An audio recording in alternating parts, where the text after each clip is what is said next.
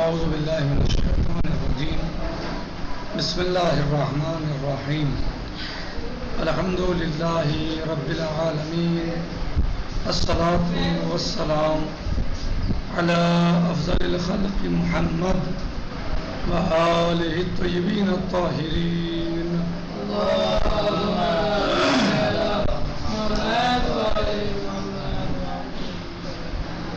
بسم اللہ الرحمن الرحیم یا ایھا الذین آمنوا اجتنبوا کثیرا من الظن ان بعض الظن اثم ولا تجسسوا ولا یغتب بعضکم بعضا ایحب احدکم ان یاکل لحم اخیہ میتا فکرہتموہ واتقوا اللہ ان اللہ تواب الرحیم۔ ہماری بحث اور درس سورہ مبارکہ حجرات کی تفسیر میں آیت نمبر 12 میں چل رہا ہے، اور ہم نے اس میں سوء ظن کے بارے میں بیان کیا، اور آج ہم آیت کریمہ کے اس حصے کے بارے میں گفتگو شروع کرتے ہیں۔ ولا تجسسوا ولا یغتب بعضکم بعضا، ولا تجسسوا، اس حصے کے بارے میں گفتگو کرتے ہیں۔ قرآن کریم تجسس کو منع کرتا ہے، اور ولا تجسسوا، تجسس اور تحسس دونوں جستجو کرنے کے معنی میں ہیں، لیکن پہلا عام طور پر غیر مطلوب امور میں آتا ہے۔ تجسس یعنی عام طور سے غیر مطلوب امور میں آتا ہے، اور دوسرا عام طور پر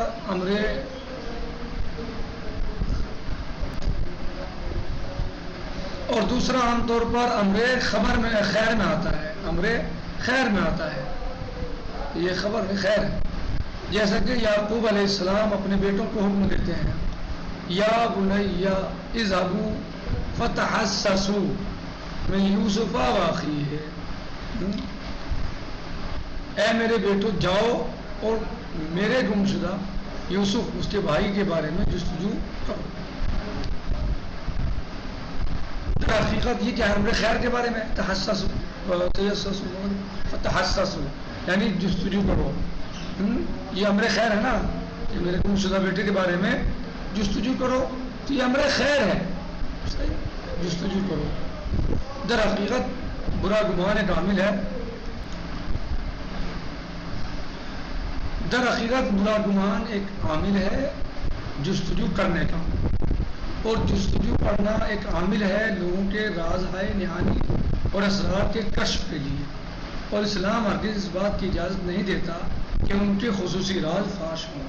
کسی بھی مومن کے، مسلمان کے، اسلام نہیں چاہتا کہ اس کے راز جو خصوصی ہیں، جو اس کے اپنے معاملات ہیں، وہ فاش ہوں۔ کہنے کہ در حقیقت برا گمان کا عامل ہے جستجو کرنے کا، اور جستجو کرنے کا عامل ہے لوگوں کے راز نہانی اور اسرار کے کشف کے لیے، اور اسلام ہرگز اس بات کی اجازت نہیں دیتا کہ ان کے خصوصی راز فاش ہوں۔ دوسرے لفظوں میں اسلام یہ چاہتا ہے کہ لوگ اپنی خصوصی زندگی میں ہر لحاظ سے امن و امان میں رہیں۔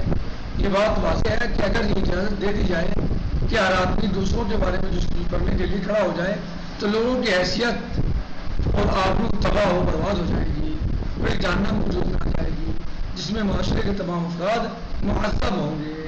یہ سماجی مسئلہ ہے، وطنی مسئلہ ہے، اجتماعی مسئلہ ہے۔ ظاہر ہر دیش جو ہے وہ اپنے آدمی رکھتا ہے، اس لیے کہ کوئی غلط کام نہیں ہو رہا ہے دیش میں، وطن میں کوئی غلط کام تو نہیں ہو رہا، تو ان پہ نگاہ رکھنی پڑتی ہے۔ تو نگاہ رکھنا کیا مطلب ہوتا ہے؟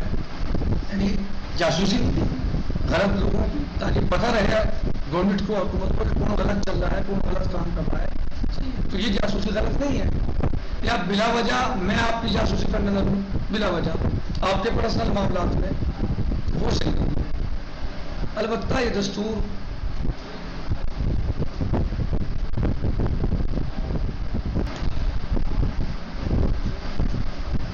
لیکن یہ بھی اس معنی میں کہہ رہا ہے کہ اور ایک جہنم وجود میں آ جائے گی جس میں معاشرے کے تمام افراد معذب ہوں گے.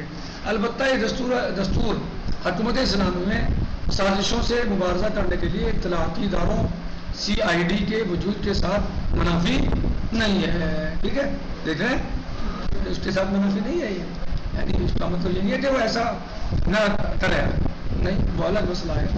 لیکن یہ بھی اس معنی میں نہیں ہے کہ یہ ادارے لوگوں کی خصوصی زندگی میں بھی جسم کا خیال رکھتے ہیں، ایسا بھی نہیں ہے. پرسنل زندگی انسان کے اپنے معاملات ہیں، اس میں تو اس میں کوئی بھی حق نہیں ہے.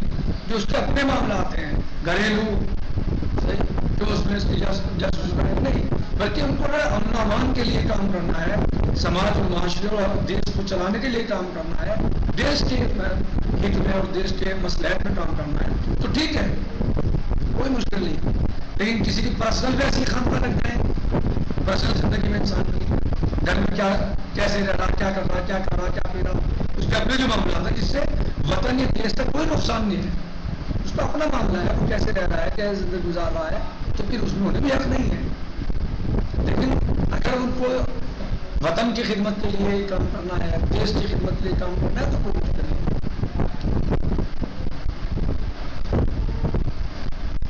جیسا کہ انشاءاللہ اس بارے میں تفصیل سے بحث کی جائے گی.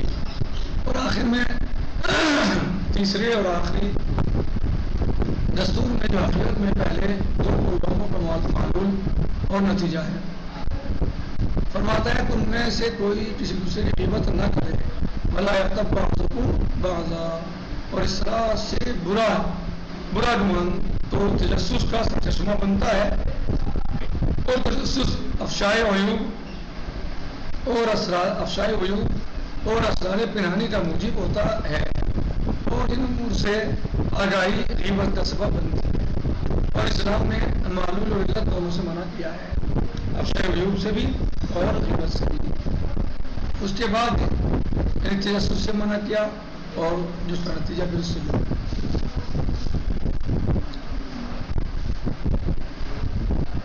یعنی برا گمان تجسس کا سرچشمہ بنتا ہے، اس سے منع کیا، اور تجسس افشائے عیوب اور اسرار پنہانی کا موجب ہوتا ہے.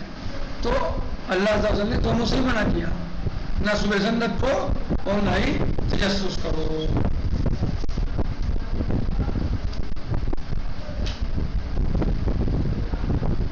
اس کے بعد اس عمل کی قباحت اور برائی کو کامل طور سے مجسم کرنے کے لیے اس کو ایک عمدہ مثال میں ڈال کر کہتا ہے، کیا تم میں سے کوئی بھی اس بات کو پسند کرتا ہے کہ اپنے مردہ بھائی کا گوشت کھائے؟ ایحب احدکم ان یاکل لحم اخیہ، یقیناً تم سب اس امر سے کراہت رکھتے ہو، فکر ہے تم سب اس امر سے کراہت رکھتے ہو. ہاں، مسلمان بھائی کی آبرو اس کے بدن کے گوشت کی مانند ہے، اور اس آبرو کو غیبت کے ذریعے ختم کرنا اور پوشیدہ بھیدوں کو افشا کرنا اس کے بدن کا گوشت کھانے کے مانند ہے. اور مردہ کی تعبیر اس بنا پر ہے کہ غیبت لوگوں کے پیٹھ پیچھے کی جاتی ہے جو مردوں کی طرح اپنے آپ سے دفاع پر قدرت نہیں رکھتے. یعنی یہاں مردہ سے تعبیر کیوں کیا؟ تم جو غیبت کر رہے ہو آپ پیچھے کسی کے، تو وہ ایسے ہی جیسے مردہ، جب وہ سن نہیں رہا اسے وہاں پہ دیکھ نہیں رہا، آپ کے پاس نہیں ہے، تو دفاع کیسے کرے؟ مردے کو تو آپ کچھ کہو تو دفاع کرے گا وہ اپنا، تو نہیں کرنا، اس میں تو قوت نہیں، طاقت نہیں اس چیز کی. صحیح ہے. تو اسی طرح وہ انسان جو دور بیٹھا ہے، آپ اس لیے یہاں بیٹھ کے وہ غیبت کر رہے ہیں، تو اسے پتہ ہی نہیں ہے کیا ہو رہا ہے، اتنی دور سے وہ سن بھی نہیں رہا. صحیح، اسے پتہ بھی نہیں ہے کہ آپ کیا کہہ رہے ہیں، نہ سن رہا نہ اسے پتہ، اور نہ وہاں بیٹھ کے دفاع کر سکتا اس کا. تو ایسے ہی جیسے مردہ. صحیح. اور یہ ایک ایسا ظلم ہے جو انتہائی بزدلانہ ہے، جسے انسان اپنے بھائی کے بارے میں روا رکھ سکتا ہے. ہاں، یہ تشبیہ غیبت کی حد سے زیادہ برائی، یہ تشبیہ غیبت کی حد سے زیادہ برائی اور اس کے عظیم گناہ کو بیان کرنے والی ہے. جو ایسی مثال دی ہے، یہ ایسی مثال دی ہے، یہ اس سے تعبیر کیا ہے کہ مردہ بھائی کا گوشت کھائے. تو یہ بہرحال کیا ہے، یہ یعنی اس سے سمجھ میں اتنا ضرور آتا ہے کہ یہ ایک عظیم گناہ ہے اور بہت بڑی برائی ہے. بڑا گناہ ہے اور بڑی برائی ہے یہ.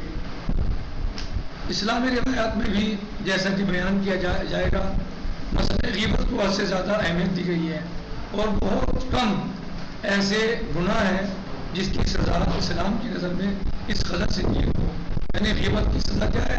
بہت زیادہ ہے۔ ایسے گناہ بہت کم ہیں جن کی سزا اتنی بھاری ہو جتنی غیبت کی ہے۔ اور چونکہ ممکن ہے کہ کچھ لوگ ان تینوں گناہوں میں سے بعض سے آلودہ ہوں اور وہ ان آیات کے سننے سے متنبع اور بیدار ہو جائیں اور تلافی کے لیے تیار ہوں، اس لیے آیت کے آخر میں ان کے لیے راستہ کھلا رکھتے ہوئے فرماتا ہے تقوی الہی اختیار کرو اور خدا سے ڈرو۔ آخر میں کیا فرمایا اللہ تعالیٰ نے کہ تقوی الہی اختیار کرو اور اللہ سے ڈرو، کیونکہ خدا توبہ قبول کرنے والا مہربان ہے۔ اگر کسی سے ایسا ہو جائے تو وہ کیا کرے؟ اس شخص سے معافی مانگے۔ کس سے؟ جس کی غیبت کی ہے، کیونکہ وہی معاف کر سکتا ہے۔ اپنا ظلم کس پہ کیا؟ اس پہ تو کیا۔ اس سے معافی مانگے، توبہ کرے، اور وعدہ یعنی جب دل میں ارادہ کرے کہ آئندہ ایسا نہیں ہوگا، تو پھر اللہ بخشنے والا اور مہربان ہے۔ بندہ اپنے آپ کو معاف کرتے رہا، اپنے ظالم کو معاف کر دے تو اللہ بھی معاف کر دے گا، کیونکہ مسئلہ یہاں پر ظلم بندے کی طرف پہ ہوا نا، تو بندے پر اگر ظلم ہوا ہے تو اسے اللہ معاف نہیں کرتا جب تک کہ بندہ نہ معاف کر دے گا۔ بندہ معاف کر دے گا تو اللہ بھی معاف کر دے گا۔ آج اسی پر اکتفا کرتے ہیں، اور اس میں جن باتوں کی طرف اشارہ کیا گیا ہے، تعبیرات کی طرف، ان کو اچھی طریقے سے آپ دیکھیے، مطالعہ کیجیے اور سمجھیے اور یاد کیجیے۔ الحمدللہ رب العالمین، والسلام علیکم ورحمۃ اللہ وبرکاتہ، فی امان اللہ، خدا حافظ۔